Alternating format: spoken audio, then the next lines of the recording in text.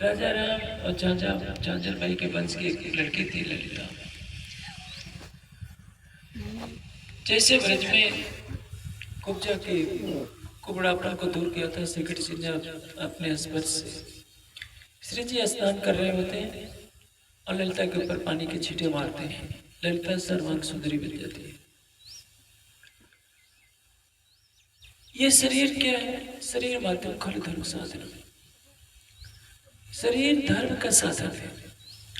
इसकी कीमत कौड़ी के बराबर भी नहीं है और इससे ज्यादा मूल्यवान कोई वस्तु भी नहीं है। क्योंकि आत्मा जो हमारी है, आत्मा कहिए जीव कहिए, बिना शरीर का साधन पाए परमात्मा का दीदार नहीं कर सकती। यदि इस शरीर को बाह्य रूप से देखा जाए तो क्या है? हड्डियां हैं, मांस है और मलमूत्र भी भरा हुआ है, बेकार ही बेकार है। लेकिन इसकी कीमत कितनी है कि स्वर्ग में देवताओं के सूक्ष्म शरीर होते हैं, वे तरसते हैं। जो बेहद के फरिश्ते हैं वे भी तरसते हैं कि हमें मनुष्य का तन मिल जाए। आप देखिए, जितने पैगंबर भाई जब से गुजर के संसार में जो भी बड़े बड़े ज्ञानी हुए हैं जिन्होंने बेहद का ज्ञान दिया है, किसकी कृपा से? जिब्रील की कृपा से, जो परब्रह्म के जोश का फरिश्ता। लेकिन वो जिब्रील परम धाम में 2 कदम नहीं जा सकता। असराफिल को भी अधिकार नहीं। स्वयं अक्षर ब्रह्म मूल मिलावे में जाने का अधिकार नहीं रखते। राज्य के ही अंग है लेकिन मूल मिलावे में वो भी जा नहीं पाते। चांदनी चौक से प्रणाम कर देते। ये मानव तन जो मिला है, इस मानव तन के कारण हम यहीं बैठे बैठे मूल मिलावे के 64 धम्मों को देख सकते हैं, जो अक्षर ब्रह्म को कभी देखने का अवसर नहीं मिला। स्वर्ग में बैठे हुए नारायण देवता और नारायण की तो छोड़िए, इनके जो स्वामी अक्षर ब्रह्म है उनको भी ये सौभाग्य प्राप्त नहीं हुआ कि मूल मिलावे को देख सके। आपको भी ये मिट्टी का तन मिला है। जब ये रोगी होता है, जब बिस्तर पर पड़े पड़े देह क्रिया होने लगती है तो कितनी घृणा होती है कि नरक में हम रह रहे हैं।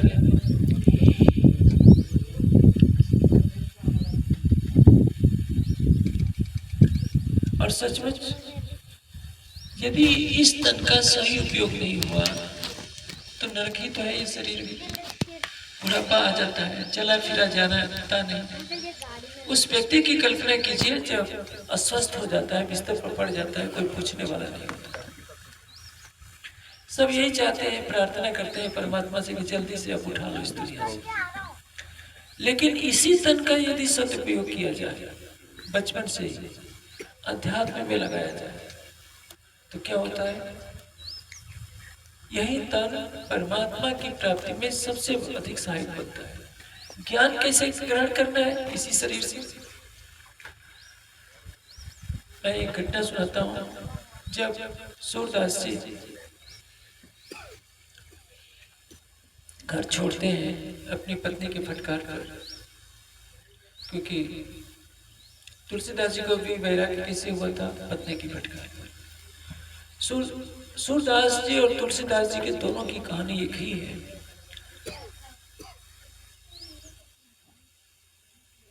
वे दोनों ही नदी पार करके गए होते हैं। अंतर इतना ही है कि तुलसीदास अपनी पत्नी के पास आधी रात को पहुंचते हैं, सूरदास एक वेश्या के पास पहुंचते हैं। और दोनों ने फटकार लगाई कि हमारे हड्डी और मांस के इस शरीर पर इतनी प्रीति है, इतनी प्रीति यदि परमात्मा से हो जाए। अरे भाई बच्चों, शोर मत करो, चुप हो जा बेटा। जितनी प्रीत हमारे हड्डी मांस के शरीर से है, उतनी प्रीत परमात्मा से हो जाए तो तुम्हारे जीवन का कल्याण हो जाए। दोनों को चोट लगती है। देखिए, जीवन में दिशा बदल जाती है। शब्द वही होते हैं। कुछ लोग झूठी प्रशंसा कर देते हैं, उससे आपको कोई भला नहीं होना है। कुछ लोग सत्य बात कहते हैं। हाँ, सत्य कड़वी नहीं करनी चाहिए, सत्य हितकारी हो, सत्य हो, प्रिय हो, हितकारी हो, ऐसी बात बोलनी चाहिए। लेकिन सत्य अवश्य बोलना चाहिए। तुलसीदास जी की पत्नी ने कहा कि जितना प्रेम मेरे से आप करते हैं कि सर, दोनों की कहानी एक ही मैंने बताया। मुर्दे को इन्होंने समझा कि ना हो, जब घर में जाते हैं, वेश्या के घर में जाते हैं सूरदास, और अपनी पत्नी के घर में जाते हैं तो रस्सी दिखती है, रस्सी नहीं थी, वो तो काला सर्प था। दोनों सर्प को रस्सी मान करके आंगन में कूदे थे।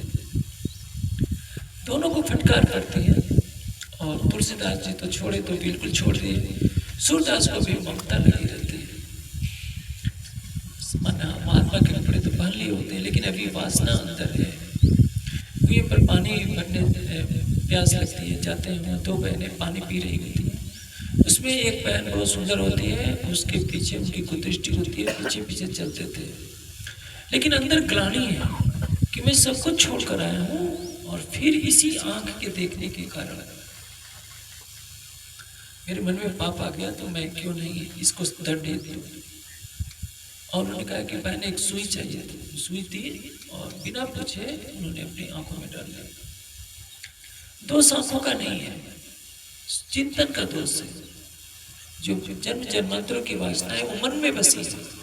इंद्रियां तो साधन है, बेचारी आंखों ने क्या बिगाड़ा था। इन्हीं आंखों से हम अपनी माँ को देखते हैं तो चरण छूते हैं, बहन को देखते हैं तो अच्छे भाव आते हैं, हृदय में प्रेम आता है। और यदि हमारा चिंतन दूषित होता है तो इसमें आंखों का क्या दोष है, मन का दोष है। और मन भी क्या करेगा, मन को पवित्र करने के लिए ज्ञान चाहिए, भक्ति का प्रकाश चाहिए। जब हमारा मन पवित्र होता है तो इन्हीं आंखों से हम संसार की सबसे सुंदर महिला को भी देखते हैं, तो भाव होता है कि जिसने इसको बनाया है वो स्वयं परमात्मा कितना सुंदर होगा। तो साधन दोषी नहीं है। हमारा शरीर जब पाप की तरफ होता है तो कहते हैं अरे ये पापी का शरीर, मारो इसको। हर कोई पत्थर मारता है, लेकिन इसी शरीर से जब भक्ति होती है, बुद्ध का शरीर छूट जाता है, दाह संस्कार किया जाता है, तो हड्डियों के लिए लड़ाइयाँ हो गई कि हम ले जाएंगे हड्डियाँ, राख हम ले जाएंगे, उसको स्तूप बनाएंगे, उसको पूजा करेंगे। आज भी बौद्ध धर्म में जो बड़े बड़े केंद्र हैं, गौतम बुद्ध की हड्डियाँ रखी हुई हैं, दांत रखे हुए हैं, जलाने के बाद जो बच गया था। और सारा बौद्ध जगत आकर के उन्हीं हड्डियों पर और दांतों पर मत्था टेकता है। उनकी हड्डियां और हमारी हड्डियों में कोई अंतर नहीं है। लेकिन बुद्ध ने उसी शरीर से तब त्याग किया तो उनकी हड्डियों की भी पूजा हो रही है। और इसी शरीर को पाकर यदि हम विषयों में पढ़ते हैं तो लोग हमें धुतकारते हैं, लोग घृणा करते हैं कि पापी आदमी है, इसको समाज से बहिष्कृत करो। शरीर माध्यम खलु धर्म साधनम, शरीर धर्म का साधन है, शरीर परमात्मा के मिलन का साधन है। इस शरीर को हम स्वस्थ रखते हैं ध्यान साधना के लिए तो ये धन हो जाता है। इस शरीर को यदि हम विषयों के सेवन में लगाते हैं तो ये शरीर दिन पर दिन जर्जर होता है। प्रयोग करना हमारे ऊपर है। अब ललिता कुर्बान हो जाती है, सबको छोड़कर पंडित जी आ जाती है और सेवा करते करते श्री जी के चरणों में अपना जीवन गंवा देती है। युवती है, 18 साल की कन्या, 16 साल से भी कम अवस्था में ये घटना हुई थी। युवावस्था होने पर भी सोचती है कि मेरी आत्मा का प्रियतम इसी प्रकरण में आएगा। कोट बेर ललिता कुर्बानी मेरे धन्य जी कायम सुखानी। मैं एक बार नहीं करोड़ों बार आपके ऊपर समर्पित होती हूँ। आप देखिए कि ये ललिता का घटनाक्रम है, लेकिन ऐसा नहीं कि ललिता के लिए कहा गया है, सब सुंदर साथ के लिए सिखापन है। शब्द है वारी रे वारी मेरे प्यारे, वारी रे वारी मैं निछावर किस पर, मेरे प्राणेश्वर अक्षरातीत पर, अपने प्राणेश्वर अक्षरातीत पर मैं बलिहारी हूँ, समर्पित हूँ। ललिता एक किशोरी कन्या है, उसके माता पिता भी है, भाई बहन भी है, पूरा परिवार है, लेकिन दिल किसको दे रही है? प्राणेश्वर अक्षरातीत को, क्योंकि पहचान जाती है कि ये जो गांव-गांव नगर नगर एक एक वन से जगह जगह सैकड़ों हजारों की संख्या लेकर जा रहे हैं, ये पूर्ण ब्रह्म सच्चिदानंद अक्षरातीत है। और पहचान कैसे होती है? उनके साथ जो अड़िका लीला होती है। अड़िका लीला तो बहुतेरों के साथ होती है। देवचंद जी ने कई वर्षों तक अड़िका लीला ही करके दिखाई, लेकिन किसी को सोने की कसेड़ी मिल जाती है उसी से खुश, किसी के कोई रास का दृश्य देख लेता है, कोई जमुना जी में नहा लेता है उसी से खुश है। लेकिन 313 में से किसी की भी आत्मा नहीं जगती है, क्योंकि उस आड़िका लीला से किसी ने लाभ नहीं उठाया। आड़िका लीला और ज्ञान में क्या अंतर है? ज्ञान आपको सत्य की पहचान देता है, आड़िका लीला कुछ समय के लिए विश्वास देती है। दोनों में मेल हो जाए तो जीवन सार्थक हो जाता है। अकेला कोई भी कुछ नहीं कर सकता। जैसे आप इधर आप भोजन करेंगे तो खट्टे पदार्थों का, मिर्च और नमकीन की बहुलता मिलेगी। उत्तर से दक्षिण जितना बढ़ते जाएंगे, गुजरात से ज़्यादा महाराष्ट्र में मिर्च खाई जाएगी, महाराष्ट्र से ज़्यादा आंध्रा में खाई जाएगी, आंध्रा से ज़्यादा इधर खटाई, दक्षिण में खटाई का ज़्यादा प्रचलन, उत्तर में खटाई को लोग घृणा करते हैं। तो मेरे कहने का मतलब ये है कि भोजन में नमक भी हो तो उसमें नींबू हो तो स्वाद कैसे बन जाता है। मैं एक दृष्टांत दे रहा हूँ। ज्ञान से राज्य की पहचान होती है। वाणी क्यों आई? सात माटे केवाड़ी, इसके लिए वाणी आई, न केवाड़ी माया माया वाणी, पर सात माटे का वाणी, सुंदर साथ के लिए वाणी आई। क्यों? क्योंकि इस वाणी से ही सुंदर साथ राज्य की पहचान करेगा। आज वाणी घर घर में है तो आप सब सुंदर साथ एक अक्षरार्थी पर निष्ठा रखते हैं।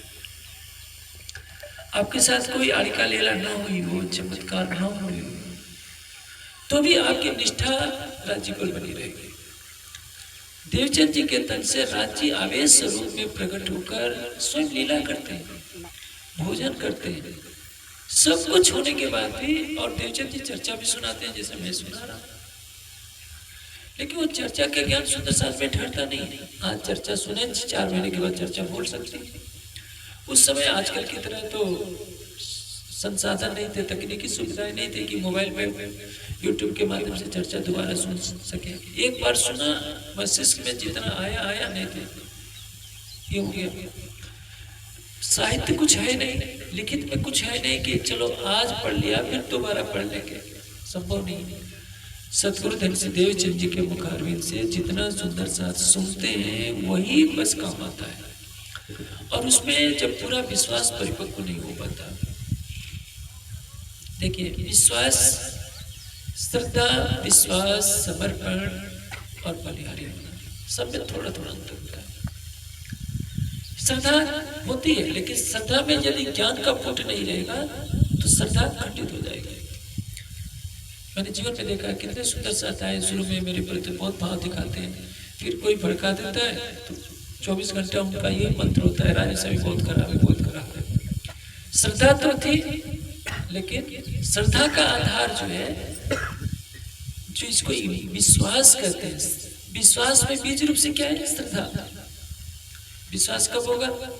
जब ज्ञान की परिपक्वता होगी, ज्ञान से विश्वास होता है और श्रद्धा से ज्ञान प्राप्त होता है। श्री देवचंद जी के तन से सब सुंदर साथ वाणी चर्चा, ज्ञान की चर्चा सुनते हैं, तारतम ज्ञान की चर्चा सुनते हैं, वाणी नहीं अवतरित हुई। श्री देवचंद जी ब्रजरास और परम धाम की चर्चा सुनाते हैं, ब्रजरास और धाम की सुधति पर जानने की सूचना। ब्रज का ज्ञान है, रासलीला का ज्ञान देते हैं, सभी रामतों का वर्णन करते हैं, परम धाम के 25 पक्षों का भी वर्णन देवचंद जी करते हैं। लेकिन जगाना कैसे है ये उनके जीव को नहीं पता चल रही है, क्योंकि वाणी के बिना जागने नहीं हो सकती। वाणी तो आज है, लेकिन तब भी जागने क्यों नहीं हो रही है? क्योंकि उस समय जो श्रद्धा थी, विश्वास था, वो सुंदर सा नहीं। आज की श्रद्धा किस पर है? शरीर पर है, स्थान पर है, गादी पर है, सत्य पर श्रद्धा नहीं है, मूल स्वरूप पर श्रद्धा कम है। हमने जिस महाराज जी से तारतम्य लिया उसके प्रति ज्यादा श्रद्धा है वाणी की वनस्पति, वाणी की अपेक्षा किस पर श्रद्धा है तो सबको मालूम ही है। तो मूल स्वरूप के प्रति अटूट श्रद्धा, अटूट समर्पण, अटूट विश्वास न होने के कारण आज हमारी आत्मा जाग जाती है। जिससे ज्ञान का प्रकाश मिलता है उस पर श्रद्धा रखिए, उसका कभी अपमान न कीजिए, लेकिन पहली श्रद्धा, पहला श्रद्धा, पहला विश्वास किसके लिए होना चाहिए? युगल स्वरूप पर होना चाहिए। यदि आप अपने प्राणेश्वर पर ही प्रेम नहीं कर सकते, आप कहते हैं कि हम इस गादी से जुड़े हैं, इस महाराज जी से जुड़े हैं, यहाँ से जुड़े हैं, तो क्या होगा? आपकी श्रद्धा ढल पड़ेगी। उन्होंने ज्ञान दिया, उस ज्ञान का उपयोग कीजिए। ललिता के साथ लीला क्या होती है, वो देख लेती है जिसको पाना था वो तो मेरे को कुबड़पट को ठीक कर दिया। पुरुष को कह दीजिए तू तो बहुत कुरूप है, अच्छा है, नहीं है, तो उसको कोई असर नहीं पड़ता, समान झेल जाएगा। किसी महिला को कह दीजिए तू तो बहुत काली कलपटी है, तुझे देखने की इच्छा नहीं, सोचेगी कि मैं मर जाऊं, लेकिन ये सब जरा सोच। अब उस लड़की पर क्या गुजरती होगी जो अंग अंग से कुरूप थी, और श्री जी के पानी के छींटे पड़ने से वो सर्वांग सुंदरी बन जाती है। वो सोचती है कि मेरा रोम रोम प्राणेश्वर अक्षरातीर्थ पर समर्पित है। इसलिए पहली चौपाई का पहला चरण शुरू होता है, वारी रे वारी मेरे प्यारे, वारी रे वारी। अब प्रश्न ये होता है कि हम सुंदर सा ललिता की तरह क्यों नहीं बन पाते? ललिता के साथ दोनों घटना घटती है। देखिए, स्त्री और पुरुष में दोनों में कुछ कमजोरियां होती है। इस सृष्टि में कोई भी पूर्ण नहीं होता। बहनों के पास समर्पण का गुण है तो पुरुषों में धैर्य का गुण है। बहनों में धैर्य नहीं है, थोड़ी सी उपलब्धि हो जाती है तो 10 जगह टिटोरा पीटते हैं, और पुरुष में अहंकार इतना होता है कि वो समर्पित होना नहीं सीखता, तो दोनों ही अधूरे रह जाते हैं। ललिता को प्रत्यक्ष प्रमाण भी मिल गया है, ललिता के साथ आड़िका लीला भी हो गई है और ज्ञान का पुट भी मिल रहा है, और उस समय तक वाणी भी उतर गई है। इसलिए हर दृष्टि से ललिता का पक्ष मजबूत है। भैरव सेठ की आपने विधक सुनी होगी। भैरव सेठ शराब भी पीते हैं, मांस भी खाते हैं, लेकिन तीसरे दिन उनको दर्शन भी हो जाते हैं। पहले कई महीने चर्चा सुनते हैं, बिल्कुल दर्शन नहीं होता, लेकिन आप सोचते हो कि 3 दिन में कैसे दर्शन हो गया? क्योंकि जब किसी व्यक्ति को प्रायश्चित होता है कि मैं गलत कार्य कर रहा हूं, मुझे बिल्कुल नहीं करना है, तो वो दिल से छोड़ देगा। देखिए, भारतीय मानसिकता में और विदेशी मानसिकता में एक अंतर है। अंग्रेज शराब पिएगा तो छिपाएगा नहीं, कहेगा कि हाँ मैं शराब पीता हूँ। हिंदुस्तानी चुप करके शराब पी लेगा और कहेगा कि नहीं मैं तो शराब को छूता ही नहीं। ये सबसे बड़ा दोष है। आपके अंदर जो बुराई हो खुले दिल से स्वीकार कीजिए कि हाँ मैंने गलती की है, मुझे नहीं करना। तो जो विदेशी आते हैं भारत में कुछ सीखने के लिए, तो जब सीखते हैं तो पूरे दिल लगा करके सीखते हैं। हिंदुस्तानी ऐसा नहीं कर पाते। भैरव सेठ को प्रायश्चित हुआ, श्री जी ने कहा कि मेरे कहने से तुम 1 महीने के लिए मांस, शराब, परिस्त्री गमन, जितना पूरा काम है सब छोड़ दो। कहता है कि श्री जी जब आप कह रहे हैं तो मैं छोड़ देता हूँ। उसी समय उसने मुक्का तोड़ दिया था। अब आप किसी आश्रम में घर द्वार छोड़ करके जाकर देखिए, जिसको लगन लग जाती है, चाहे वो गृहस्थी में हो चाहे विरक्त हो, उसकी बात अलग है। लेकिन मैंने कितने आश्रमों में देखा है, मंदिरों में देखा, 4 लोग बैठे रहेंगे, निंदा करते रहेंगे। मुझे बेचारे कह रहे भाई यही करना था तो घर ही रहते, क्यों घर द्वार छोड़कर आए हो? आज मंदिर में भी आश्रम में भी ये करते रहते हो। उनका मन भी नहीं लगेगा, औपचारिकता कर लेंगे। गृहस्थी को ऑफिस जाना है, उस बेचारे के पास टाइम नहीं है, 15 मिनट करेगा तो पूरे दिल से करेगा, क्योंकि उसको मालूम है कि ऑफिस में देर से पहुंचा तो नौकरी छुट्टी। तो वो 15 मिनट करेगा तो पूरे दिल लगा कर करेगा, उसमें लाग लपेट नहीं करेगा।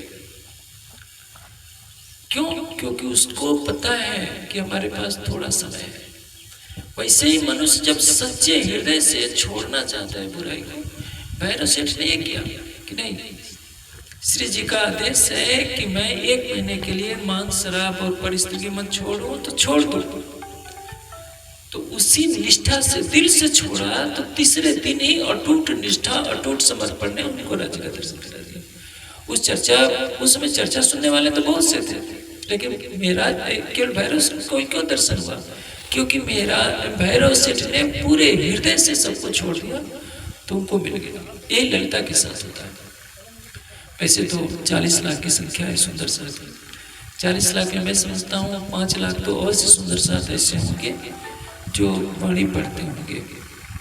5 लाख में 1 लाख सुंदर साथ अवश्य ऐसे होंगे जो नियमित रूप से वाणी पढ़ते होंगे, मेरा अनुमान है। लेकिन इनमें से 1 लाख में 1000 में 1 लाख में 1000 में न कोई ललिता बन रहा है न कोई भैरव सेठ बन रहा है। क्यों? सच्ची श्रद्धा का भाव है, सच्चे समर्पण का आधार है, विश्वास का आधार है, ज्ञान का कराता है, ज्ञान मार्ग दर्शाता है, विश्वास को दृढ़ करता है कि इस वाणी को कहने वाले कौन है? प्राणेश्वर जी। इस वाणी को मैंने ग्रहण किया है तो ये ब्रह्मवाणी मुझे परम धाम की राह दिखाई गई। आज वाणी है लेकिन वैसा विश्वास तो नहीं है जैसे पहले कुछ नहीं था, संसाधन नहीं थे। देखिए श्री जी के साथ चलना है, अभी तो हम सुंदर साथ अच्छी ट्रेनों से वातानुकूल ट्रेन में आते हैं, फ्लाइट से आते हैं, अच्छी कारों में आते हैं। उस समय क्या था? पैदल चलना होता था, धूप शीत वर्षा सब झेलना है, रास्ते में भोजन की कोई व्यवस्था नहीं। पैदल कितना चलते होंगे? 50 किलोमीटर से ज्यादा तो कोई भी नहीं चल सकता होगा उसमें। 20, 25, 30 किलोमीटर चलते होंगे, भोर में से भी चलते थे। लेकिन जुनून कितना है कि 5000 सुंदर साथ लग गए। अब जैसे कहीं भी शिविर लगता है, सुंदर साथ को पूरा प्रयास किया जाता है, ओ भाई शोर मत करो ना, तुम लोग जाओ उधर खेलो।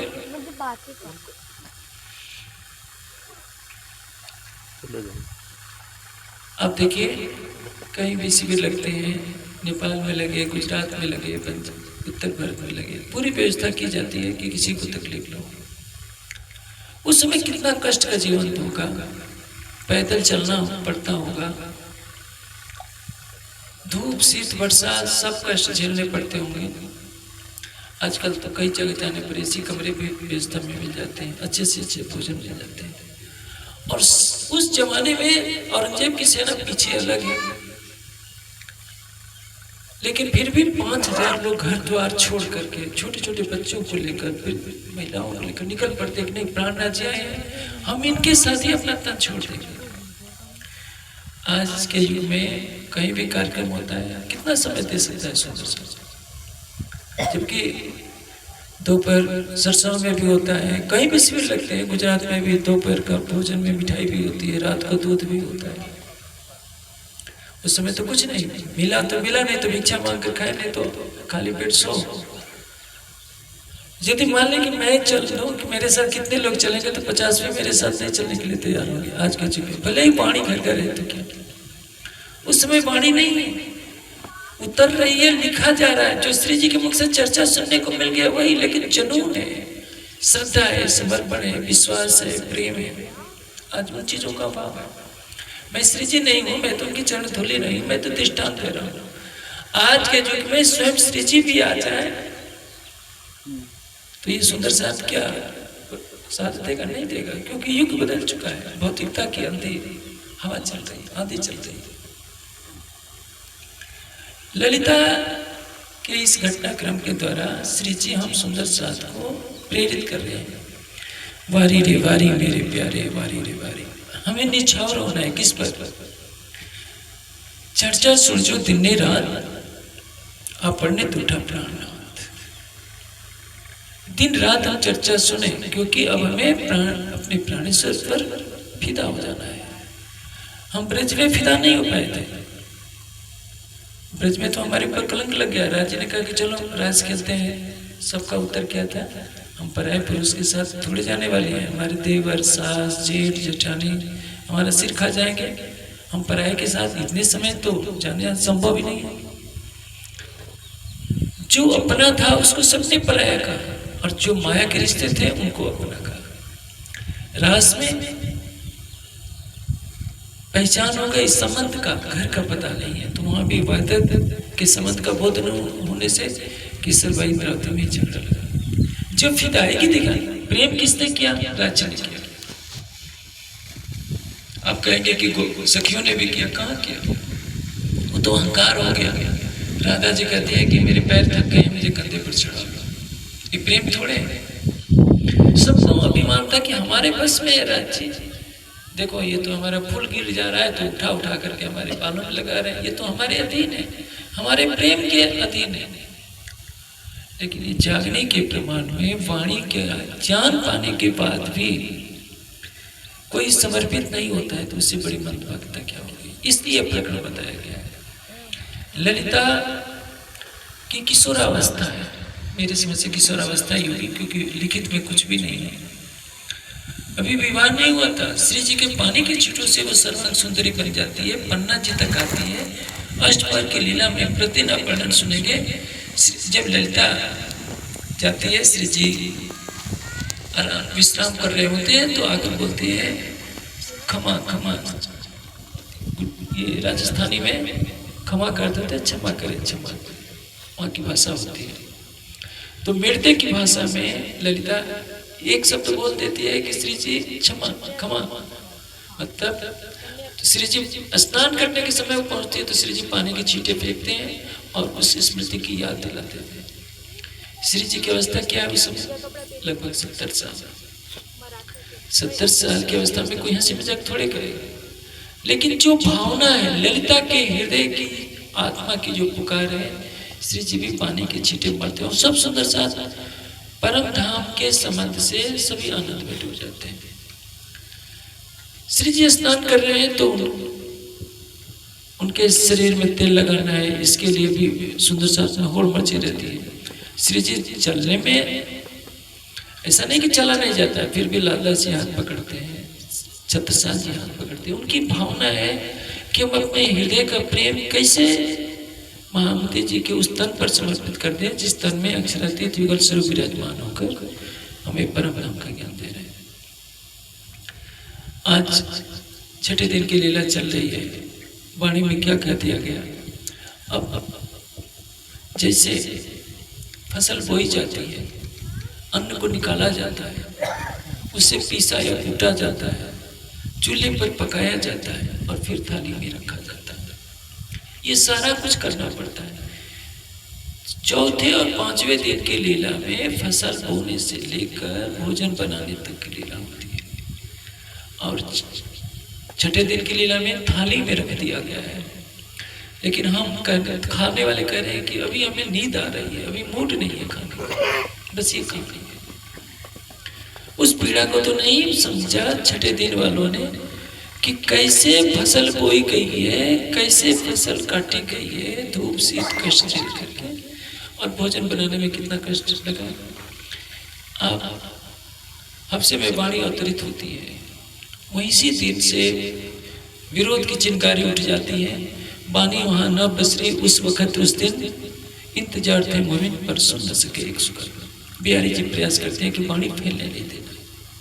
उधर औरंगजेब की सेना पीछा कर रही है कि इनको जेल में डाल दो। पन्ना जो आने पर खुलासा, खिलवत, परिक्रमा, सागर, श्रृंगार, सिंधी, मार्फत, सागर, कितनी किताबें उतरती हैं? 7 किताबें पन्ना जी उतरती हैं, शेष 7 किताबें पहले उतरती हैं। लेकिन संघर्ष कितना है। उस जमाने में कागज की इतनी बहुलता नहीं होती थी। आज देखिए अभी सरसावा में कितना गोदाम, 30 लाख से ज्यादा साहित्य का गोदाम अभी भरा पड़ा है। उस जमाने में जीवन में एक बार स्वरूप साहब पढ़ लेता था तो अपना सौभाग्य समझता था। आज सब कुछ है, लेकिन ललिता जैसा समर्पण नहीं है। ये भैरव सेठ जैसा बुराइयों को छोड़ने का दृढ़ संकल्प नहीं, लालदास जी जैसी भावना नहीं, छत्रसाल जी जैसी सेवा नहीं। ये सारे ब्रह्मणी क्या हमें संकेत दे रहे हैं? आत्मा स्त्री पुरुष की परिधि से परे है। ललिता तो उस समय छोटी सी बच्ची होगी, किशोरी कन्या होगी, 16-18 साल की, लेकिन उसकी निष्ठा ने बड़े बड़े ब्रह्मणियों को भी झकझोर दिया है। इन शब्दों में वो जादू है जो किसी को भी भाव विवल कर देगा कि वारी रे वारी मेरे प्यारे, वारी रे वारी। हम कुछ न पढ़े, केवल इतना याद कर ले कि वारी रे वारी। वारी का अर्थ क्या होता है? न्यौछावर हो जाना। क्या हम न्यौछावर है राज्य पर? हम वाणी पढ़ते हैं, चितवनी करते हैं, सेवा करते हैं, तन मन धन की सेवा करते हैं, लेकिन वारी रे वारी आपके सिवा सब झूठा। क्या हम इस अवस्था में पहुंच सकते हैं? और जो पहुंच जाएगा उसको कहीं कुछ जाने की जरूरत नहीं है, कहीं भी रहेगा, कन्याकुमारी में रहेगा, कश्मीर में रहेगा, सिंध में रहेगा, आंखें बंद किया, बाहर की आंखें बंद की, अंदर की आंखें खुल जाएंगी और प्रीतम परम धाम के 25 पक्षों के साथ हृदय मंदिर में ही विराजमान मिलेंगे। इससे बड़ा सौभाग्य और क्या होगा? ये पता तो परम धाम में भी नहीं था, ब्रजरास में भी नहीं था, श्री देवचंद जी के तन से होने वाली लीला में भी नहीं थी। वाणी क्या कहती है? अब हुक्मे द्वारा खोलिया लिया अपने हाथों का, दिल भूमि के आए गए अर्श के बैठे के साथ। कहाँ है राज्य? बार बार पुकार कर वाणी कर रही है, अर्श तुम्हारा मेरा दिल है। क्या परम धाम में श्यामा जी को मालूम था कि राज्य मेरे दिल में? बिल्कुल नहीं मालूम था। रास में भी क्या मालूम था? मालूम होता तो क्या कहते हैं कि हमने पत्ते पत्ते में खोजा। जिसको खोज रहे वो तो दिल में पता है, लेकिन फरामोशी है, वहां भी नहीं पता चलने दे रहे। परम धाम में अनंत इश्क है, लेकिन इश्क में इतना डुबो रखा है कि भेद छिपा लिया कि मैं तुम्हारे दिल में ही बैठा हूं और तुम्हारे रूप में मैं स्वयं हूं। आज हम सब कुछ जानते हैं, लेकिन हमारे पास एक सुना हृदय, पत्थर हृदय है, जिसके पास न श्रद्धा है, न समर्पण है, न विश्वास है, न प्रेम है। जब श्रद्धा होगी, समर्पण होगा, विश्वास होगा, प्रेम होगा, तब तो कोई बलिहारी होगा। इसलिए हमें राज्य से क्या मांगना चाहिए? वारी रे वारी मेरे प्यारे मैं तुम पर वारी। राज्य मेरी आत्मा केवल आप पर बलिहारी हो जाए, केवल राज्य से यही मांगिए। ये मत मांगिए कि हमारे घर में समस्याएं, समस्याएं तो कभी समाप्त नहीं हुई। आप कहिए राज्य करोड़पति बना दीजिए, बना देंगे, लेकिन फिर आप सोचेंगे कि राज्य इस इतने करोड़ रुपये को मैं कहाँ रखूं? हमारे बच्चों में लड़ाइयाँ हो रही है, बहू कह रही है कि मुझे तो, वो कह रहा है मुझे तो। कुछ भी पाएंगे तो दुख ही दुख है। भर्तृहरि ने कहा है कि धन ज्यादा हो जाता है तो भय लगा रहता है कि राजा न ले ले, चोर न चोरी कर ले। सुंदर रूप मिल जाता है तो भी भय लगा रहता है कि बुढ़ापे में ये रूप तो चला जाएगा। अच्छे खानदान में जन्म होता है तो लगता है कि कोई गलती काम करेंगे तो समाज में बहिष्कृत कर देगा, ऊंचे खानदान की इज्जत भी चली जाएगी। शरीर मिला है तो मृत्यु निश्चित है। कुछ भी आपको मिलेगा, आपको एक सोने का महल दे दिया जाए तो क्या आप शांति से सो पाएंगे? लगेगा कि आतंकवादी आएंगे और सोने से मुझे भी मार कर लेंगे। जिसके लिए मनुष्य तरसता है वो मिल भी जाए तो कभी शांति नहीं। केवल एक वह है, वह दिल में आ जाता है तो इस दुनिया के सारे सुखों को एक जगह इकट्ठा कर दिया जाए तो उसका अरबों गुना खरबों गुना से भी ज्यादा, मैंने उपनिषद का हिसाब लगाकर उस ग्रंथ में लिखा गया है, अरबों खरबों गुना से भी ज्यादा, कई लाख गुना वह सुख है एक पल के दीदार में। पानी में भी मैं उस चौपाई को बार बार उद्धृत करता हूँ, कोटराज बैकुंठ की नावे इत की खींच समान। करोड़ों बैकुंठ के राज भी आपके एक पल के दीदार के सामने तुच्छ है, लेकिन क्या कोई प्रयास करता है? लगभग 25 वर्षों के प्रयास के बाद अब मैं देख रहा हूँ सुंदर साथ आंखें बंद करके ध्यान करने का प्रयास कर रहा है। लेकिन नई पीढ़ी जो, देखिए सूरज एक ही होता है, सवेरे उगता है तो लालिमा वाला, दोपहर को चमकदार सूरज, फिर शाम को लालिमा वाला होता है। जब गुजरात में चारों अंधकार फैला हुआ था, सरकार श्री ने शिविरों का आयोजन करना शुरू किया। अब उस समय प्रारंभिक अवस्था थी, सबको सेवा पूजा भी सिखाना था, इसलिए सब कुछ करवाया गया। शिविरों में तो मैं भी आता था, परिक्रमा होती थी, सेवा पूजा होती थी, चितवनी भी के भी कई शिविर लगाए गए। समय बदलता गया, अब वही चीज तो नहीं चलती रहेगी। मैं खेड़ा के सुंदर साथ को मैं देखता हूँ, कितनी मायका कहकर थक जाऊं, लेकिन वो पुराने सुंदर साथ है। सोचेंगे कि सरकार श्री के समय में होता था, राजू सभी कहेंगे तो हमें बिल्कुल ही नहीं मानना है, हम तो वही करेंगे जो उस समय सुना है। अरे मैं सरकार श्री के खिलाफ थोड़े कुछ बोलूंगा, लेकिन यह सोचिए उस समय वो जरूरी था। आज जिस एक ही शिक्षा विभाग होता है, वो बच्चे के लिए 6वीं में अलग सिलेबस तैयार करेगा, उसी बच्चे के लिए 8वीं में अलग सिलेबस होगा। कॉलेज में जाएगा तो वही बात पढ़ाई जाएगी, लेकिन उसके पढ़ाने का स्तर अलग होगा। आज चितवनी का युग है, अब सुंदर सा थोड़ा थोड़ा कर्मकांडों से परे हटकर चितवनी की तरफ डूब रहे हैं। जब उसकी शोभा को बसाते जाएंगे तो लगेगा कि सब झूठा है। संसार हमें अच्छा लग रहा है, लेकिन इस कितना अच्छा है इसको देखना है तो दिल्ली एम्स में चले जाइए, आपको संसार की सच्चाई मालूम हो जाएगी। यहाँ स्मशान घाट में, दिल्ली के स्मशान घाट में एक डेड बॉडी जलाई जा रही है, 4 आ रही है, 4 लोग वहाँ रो रहे हैं, 4 लोग वहाँ रो रहे हैं। वहाँ बैठकर आप सोचिए संसार कितना अच्छा है। वहाँ स्मशान वैराग होता है, लगता है कि क्या मैं भी एक दिन जलाया जाऊंगा। दिल्ली एम्स का मतलब एक छोटा सा नगर, पैदल आप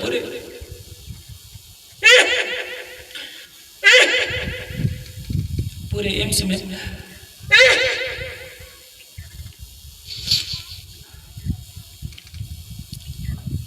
घूमने पर आपको संसार की वास्तविकता का पता चल जाएगा। अपने डॉक्टर प्रवीण जी कोराज जी ने बहुत प्रतिभा दी। एक डॉक्टर को देखना पड़ता है कि वो व्यक्ति मर रहा है, उसको संस्कार के लिए भेजना है।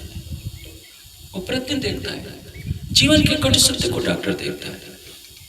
लेकिन एम्स के अधिकतर डॉक्टर नशा करते हैं, शराब भी पीते हैं, मांस भी खाते हैं। लेकिन एक आध्यात्मिक व्यक्ति, आप डॉक्टर प्रवीण जी की चर्चा सुनते हैं, कितने प्रतिभा है, आप उनकी चर्चा को सुनते हैं। वो व्यक्ति जब अपने सामने किसी को मरते हुए देखता होगा तो उसको क्या लगता होगा? वो तो प्रत्यक्ष देख रहा है, ज्ञान की दृष्टि से भी देख रहे हैं और प्रत्यक्ष में भी देख रहे हैं कि शरीर की बस इतनी कीमत है। मैंने आपको बताया, यह तन यदि राज्य पर फिदा हो गया, राज्य के प्रेम में, तो सोचिए ये धन धन हो गया। इसीलिए कहा है, टूक टूक कर डारो या तन, ऊपर कुंज बिहारी, वारी रे वारी मेरे प्यारे, वारी रे वारी, टूक टूक कर डारो या तन, ऊपर कुंज बिहारी। परम धाम के कुंज निकुंज में विहार करने वाले अपने प्राणी सुरक्षित पर में अपना शरीर टुकड़े टुकड़े कर निछावर कर। ये ललिता बच्चे की पुकार नहीं है, ये तो ललिता के माध्यम से कहवाया गया, क्योंकि ललिता के अंदर ऐसे भाव जगते हैं। मैंने कहा कि बहनों में समर्पण की भावना होती है और पुरुषों में अभिमान की प्रवृत्ति होती है। पुरुष समर्पित होना नहीं सीखता, लेकिन पुरुष यदि बहनों की तरह समर्पित हो जाए। अब मैं जहाँ रहता हूँ, मेरी सेवा में तो पुरुष वर्ग ही रहते हैं। कितनी बहनें कहते हैं कि स्वामी जी हमने ही क्या पाप किया था कि हमको स्त्री का तन मिला, हमें भी। तो कुछ लोगों को शौक हुआ कि अंधा बन करके देखें कैसा लगता है। जब तक वर्षा हो रही है आंख बंद करके चलते रहे, मोतियों की वर्षा हुई, क्षेत्र जब समाप्त हो गया तब उन्होंने आंखें खोली तो कुछ नहीं मिला। यही कारण है, टूक टूक कर डारो यातन, ऊपर कुंज बिहारी। जैसे चितवनी रहस्य में राज्य की कृपा से जो चितवनी की गुई से गुई बातें थी, सारा कुछ लगभग आउट कर दिया गया होगा, जहाँ तक मैं समझता हूँ। मैंने कुछ भी छिपाकर शायद रखने का प्रयास नहीं किया है। और जहाँ तक आप भारतीय संस्कृति को देखें तो कोई भी, मैं कोई बहुत बड़ा योगी नहीं हूँ, परमहंस भी नहीं हूँ, मैं कोई बहुत बड़ा महात्मा भी नहीं हूँ, लेकिन राज्य की कृपा से जो कुछ मुझे अनुभव रहा, मैंने कुछ भी छिपाने का प्रयास नहीं किया, जो कि वो वर्जित है बताना। मंच पर बोलना भी वर्जित है और ऐसे लिखित में देना भी वर्जित है, लेकिन मैंने सब कुछ समाज के सामने कर दिया ताकि कोई भी हीरे की जानने वाला कोई भी होगा इसका लाभ उठा लेगा। तो देखिए, वाणी की व्याख्या हो गई, चितवनी की गहरी से गहरी व्याख्या हो गई, चितवनी का मार्ग बता दिया गया। फिर भी हमारा 40 लाख का सुंदर साथ जितनी तेजी से ग्रहण करना चाहिए वो ग्रहण नहीं कर पा रहा। ललिता को उस समय ज्ञान का प्रकाश मिलता है। आड़िका लीला की एक झलक भी मिल गई कि सारा शरीर गुरुप था, पल भर में ये हो गया। ये लीला परमहंस महाराज श्री रामचंद्र दास जी के समय में भी हुई थी। शायद मैंने कभी चर्चा में इसका वर्णन किया है। सेठी जी जो अपने ट्रस्टी हैं वो स्वयं बता रहे थे इस घटना को कि एक बालिका थे, उनके घर वाले इलाज करा करा कर थक गए थे, उसकी भी पीठ टेढ़ी थी और परिवार वाले महाराज जी के चरणों में लाकर लेटा दिए। महाराज जी ने हंसते हुए उसकी पीठ पर थपकी मारी, अरे सीधी हो जा। महाराज जी उधर की भाषा में ऐसे ही बोलते थे। उनके हाथ के स्पर्श करते ही थोड़े समय के बाद बिल्कुल उसकी पीठ सीधी हो गई, लेकिन उसने लाभ तो नहीं उठाया, न उसके घर वालों ने उठाया। एक चमत्कार समझकर, एक महात्मा का परमहंस का आशीर्वाद समझकर सब मौन हो गए, उस लाभ न उठाया कि इसके स्पर्श मात्र से यदि ये सब कुछ ठीक हुआ तो वो कौन है। महाराज जी से किसी ने धन मांगा, धन मिल गया, किसी ने पुत्र मांगा, पुत्र मिल गया, माया की चीजें सबने मांगी। किसी ने उस सतगुरु से, उस परमहंस से राज्य का स्वरूप नहीं मांगा, परिणाम क्या हुआ, हाथ मलते रहे। अब वही अक्षरातीत ललिता के सामने है। ललिता को ज्ञान भी मिल रहा है, आड़िका लीला भी मिल रही है, विश्वास भी मिल रहा है, श्रद्धा भी मिल रही है, समर्पण भी हो रहा है, तो ललिता पूरी तरह से इसको कहते हैं टूक टूक कर डारों यातन ऊपर कुंज बिहारी।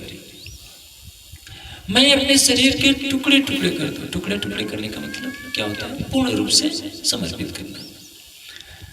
जानते हैं कारगिल की लड़ाई हुई थी, मैं आपको एक दृष्टांत देने के लिए कहता हूँ। एक सैनिक था, शायद उसका नाम के आगे यादव जुड़ता है, उसको 17 गोलियां लगी थी, 17 या 27 गोलियां लगी थी, फिर भी वो बच गया, आज भी जिंदा है। उसके जुनून कैसा होगा कि गोलियां चल रही हैं और बढ़ता जा रहा है दुश्मन की तरफ कि देश को बचाना है। सुंदर साथ को तो कहा जाता है कि भाई 1 घंटे बैठने का कष्ट कर लो, तो भी बहाना करते हैं। कोई कहेगा पैर में दर्द है, कोई कमर में दर्द है, कोई कहेगा कि मिलने वाले रिश्तेदार आ रहे हैं, कोई बहन कहेगी कि हमारी सहेलियां आ रही है, और तब राज्य गए गुजरे हो जाते हैं। उस सैनिक को तो वेतन मिलता होगा, घर का खर्च चलता होगा, इस पर वो इतना समर्पित हो गया कि 17 गोलियां लगने के बाद भी वो सोचता है कि मैं देश के लिए अपने प्राण भी दे दूं। क्या हम सुंदर साथ में राज्य के लिए इतनी भावना होती है कि चाहे कुछ भी हो जाए राज्य को पाकर ही रहना है। जब दृढ़ता आ जाए, समर्पण आ जाए, जैसे कहते हैं ना, अब 17 गोलियां सीने को, शरीर को वहीं लगी होगी, शरीर को चीर करके अंदर गई होगी, ऑपरेशन किया गया होगा, कितनी पीड़ा हो रही होगी। यदि एक सैनिक जो संसारिक होता है, देश के लिए इतना कर सकता है, हम प्राणेश्वर अक्षरातीत को पाने के लिए क्या नहीं कर सकते। लेकिन हमारे सामने अज्ञानता का पर्दा पड़ा होता है, उस पर्दे को कोई तोड़ नहीं पाता। अब जैसे अभी जोशरा बहन जी सेवा की बात कर रहे थे, सेवा किसको कहते हैं?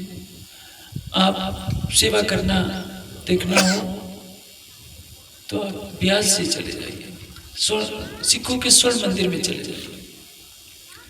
करोड़पति लोग आते हैं और सेवा मांगते हैं कि मेरी सेवा रहेगी, 4 महीने पहले बुक कराते हैं। आप लोग देख नहीं पाए, वहां भी बुकिंग करानी पड़ती है 4 महीना पहले ऑनलाइन कि हम आपके संस्थान में आना चाहते हैं, कुछ ज्ञान ग्रहण करना चाहते हैं। उनको आपकी तरह परमधाम का ज्ञान नहीं मिलता है। 10-10 घंटे प्रवचन भी नहीं मिलते हैं। जो सरसावा में 10 घंटे का प्रवचन मिलता है, आप पूरे देश में जाएंगे कहीं भी मंच पर 10 घंटे का प्रवचन नहीं मिलेगा। लेकिन वहाँ हाथ जोड़ना पड़ता है। सुंदर साथ पहले दिन नाम लिखवाएंगे, हाँ जी हम सेवा करेंगे, दूसरे दिन संख्या कम होगी, तीसरे चौथे दिन आधे से कम रह जाएंगे। अब सोचिए हम लोग सेवा में कितने पीछे हैं। चर्चा सुरजो दिन ने रात आपने टूटा प्राण, वो सेवा का अर्थ क्या होता है? करोड़पति भूल जाए कि मैं करोड़पति हूँ, ऊंचे कुल वाला भूल जाए कि मैं ऊंचे कुल का हूँ। कहने का से क्या है? आपका शरीर आपका नहीं है, यदि आपका होता तो आपके साथ जाता, मरने के बाद तो शरीर को जल जाता है। आपकी आत्मा अक्षरातीत की है, तो अक्षरातीत को पाने के लिए आप सब कुछ मिटा दीजिए। आप पद प्रतिष्ठा सब कुछ भुलाकर आप किसके लिए कर रहे हो? राज्य के लिए कर रहे हो, किसी को दिखाने के लिए नहीं कर रहे, कुछ पाने के लिए नहीं कर रहे।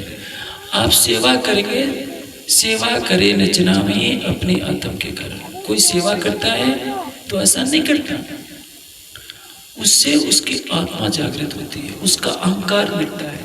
और अपने और राज्य के बीच में जो सबसे बड़ा पर्दा है वो केवल अहंकार का है। केवल सेवा से ही नहीं अहंकार मिटेगा, प्रेम सेवा से अहंकार मिटेगा।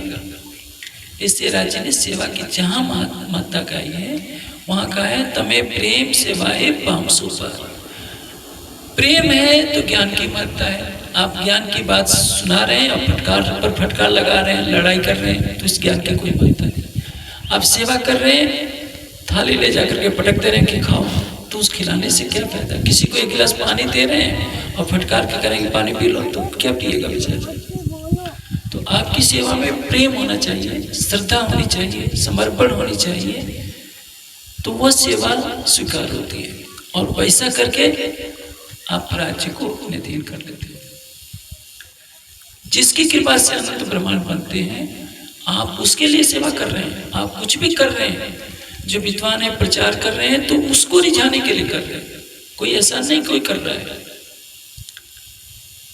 आप यदि राज्य के हैं तो सब कुछ आप राज्य के लिए बनकर कीजिए। आपने देखा होगा एक चक्रवर्ती सम्राट होता है, उसकी चक्रवर्ती सम्राटों की कई महारानियां होती हैं। नई कन्या को महारानी बनना है तो उसको कष्ट तो झेलना पड़ेगा, क्योंकि उसकी पहले से कई महारानियां हैं। दूसरी महारानियों का बैर भाव भी झेलना पड़ेगा, समाज का भी बैर झेलना पड़ेगा। वो सोचती रहे कि महाराज ऐसे ही मेरा अधीन हो जाए तो होने वाला नहीं है।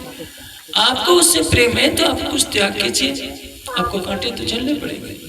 गुलाब के फूल चाहिए तो कांटे झेलने पड़ेंगे, केवड़े के फूल की सुगंध चाहिए तो कांटों से थोड़ा उलझना पड़ेगा। इससे जो जितना ही कीमती फूल है उसको सुरक्षा के लिए प्रकृति ने विधान बनाया है। कमल के फूल को पानी में पैदा किया ताकि हर पशु उसको चबा न जाए। गेंदे केवड़े के फूल में कांटे लगा दिए, गुलाब के फूल में कांटे लगा दिए, वो ना हो तो उसका अस्तित्व सुरक्षित नहीं रहेगा। इसलिए प्राणी सुरक्षा अतीत को पाना है तो संसार आपकी परीक्षा लेगा, क्योंकि बिना परीक्षा लिए आपको कोई भी वस्तु दी जाएगी तो आपको उसका महत्व मालूम नहीं होगा। आप सेवा के मार्ग पर चलेंगे, एक कुंडल आपने पहन लिए तो कान सुंदर तो दिखेगा, लेकिन उसकी वास्तविक सुंदरता नहीं। वास्तविक सुंदरता क्या है? इन कानों से ब्रह्म ज्ञान की चर्चा सुनी जाए। दाने न बाड़ी न तो कंगने न, हाथ में सोने का कंगन पहन लेंगे हीरों से जड़ा हुआ तो हाथ देखने के लिए सुंदर रहेगा, बाद में वही हाथ बुरा हो जाएगा। इस हाथ से दूसरों की सेवा कर दे तो ये हाथ धंधर हो जाएगा। इस हाथ से किसी बूढ़े को पानी पिला दिया तो ये जीवन धंधर हो जाएगा। आपके पास करोड़ों रुपए हैं, बैंक में बैलेंस है, घरों में तिजोरी में रख रहे हैं, उसकी क्या उपयोगिता है? आने वाली पीढ़ियां, आपके बच्चे, आपकी बेटियां, आपके दामाद सब बांट ले जाएंगे, आपको तो कुछ नहीं मिलना है। हर कोई समझ ले कि मेरा तो कुछ है नहीं, जो कुछ है केवल राज्य का है। तो आज सुंदर साथ की जागने में कितनी देर लगेगी? केवल 2-3 बातें याद कर ले, न मैं हूं न मेरा है, केवल तू है और तेरा है। और बारी रे बारी मेरे प्यारे बारी, मैं तुझ पर समर्पित हूँ, मेरा रोम रोम तेरा है।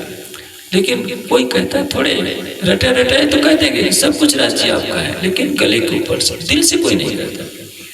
जिस दिन दिल से कहेगा वो तो यहाँ का नहीं रहेगा, वो यहीं बैठे बैठे परम धाम को देखता रहेगा। लेकिन मैं अभी कहा हूँ, कुछ दिनों के बाद ये सारी बातें भूल जाएंगे। रिकॉर्डिंग करके यूट्यूब में जाएगा, सुंदर साथ सुनेगा, उस समय कहे रोएगा भी, हाँ ऐसा ही करना चाहिए। लेकिन लाखों जन्मों से जो संस्कार पड़े हुए हैं, मेरा मेरा, ये मेरा शरीर, मेरी पत्नी, मेरे बच्चे, मेरा धन, मेरा कुटुंब परिवार, यही नहीं चाहता। पानी में कितनी सिखा बनते कि मेरी मेरी करत दूनी जात है, दूनी जात है, सारी दुनिया मेरी मेरी कर रही है। बोझ ब्रह्मांड सिर ले, सारे ब्रह्मांड का बोझ हर कोई उठाते फिरता है कि मेरा, मैं नहीं रहूंगा तो मेरे घर का काम ही नहीं होगा।